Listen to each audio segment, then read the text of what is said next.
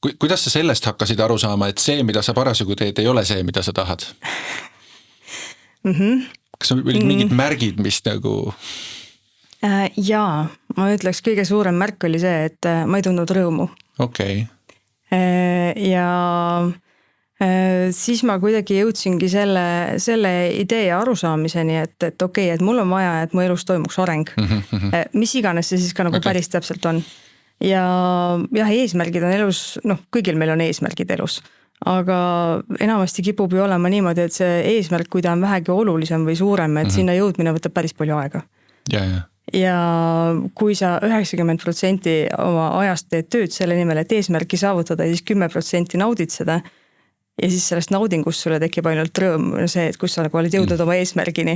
See on päris nagu nukker elu lõpuks, et mul on tunne, et Tammsaare kirjutas 5 osa Tõde ja õigust sellest ka, kuidas on nagu pidev töö ja siis tuleb see armastus ja siis tuleb see kõik muu, et ühel hetkel tundsin, et okei, ma olen nagu selle praegu läbi teinud, et nagu pidev töö ja pidev töö. Ja et ma ühel hetkel tundsin, et see töö ongi minu jaoks selline mugavustsoon, et nüüd ma nagu panustan, teen, eks ole. Ja siis ma unustasin ühel hetkel ära, et mille nimel ma seda teen. Ja ma ei mäletanud enam, et mis see on, mis mulle rõõmu pakub, mida ma tahan üldse teha. Ja siis ma tundsin, et ma olen nagu sellises tupikkohas, et mis see siis on, et what's next? Ja nii, ja nüüd on nagu see koht, et kuidas see analüüs sealt edasi käis, et sa said aru, et sa oled tupikus.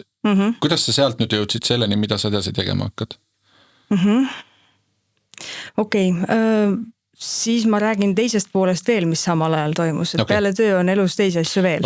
Ja mis mõnikord mõjutavad seda, mis edasi juhtub. Mõnikord. Okei. Ja juhtus niimoodi, et paari aasta jooksul ma käisin väga palju matustel. Muutusid muud asjad elus, mõned sõbrad kolisid teise linna, mõned tegid mingeid muid elumuudatusi, mis tõttu ma ütleks, et eraeluliselt oli ka väga-väga nagu muutunud olukord. Ja siis ma jäin mõtlema, et okei, et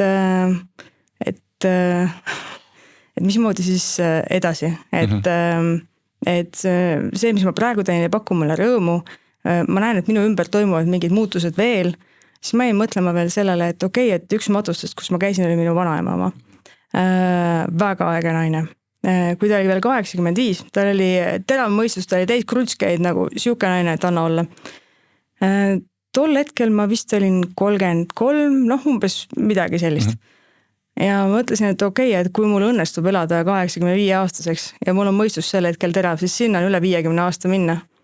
Et see ei ole see viis, kuidas ma tahaks elada. et ma pean midagi tegema. Et hea lihtne on nagu selles samas rattas edasi joosta, eks ole. Et mis seal siis ikka hommikul ärkad üles, sööd putru, lähed tööle, teed töö, tuled koju, teed mingid muud asjad, lähed magama ja järgmine päev nagu hakkab otsast pihta. Aga ma tundsin, et see ei ole nagu see, mis annab mulle rõõmu. Mis aasta see umbes oli?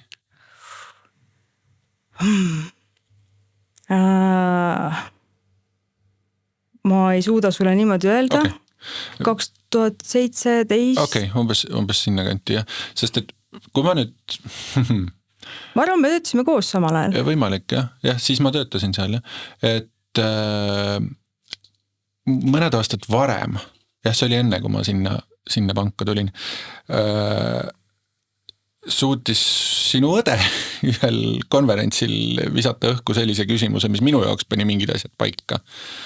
Et kui muidu töövestlustel küsitakse, et kus sa näed ennast 5 või 10 aasta pärast, on ju, siis see küsimus oli, et mis on see töö, kus sa tahaksid pensionile minna.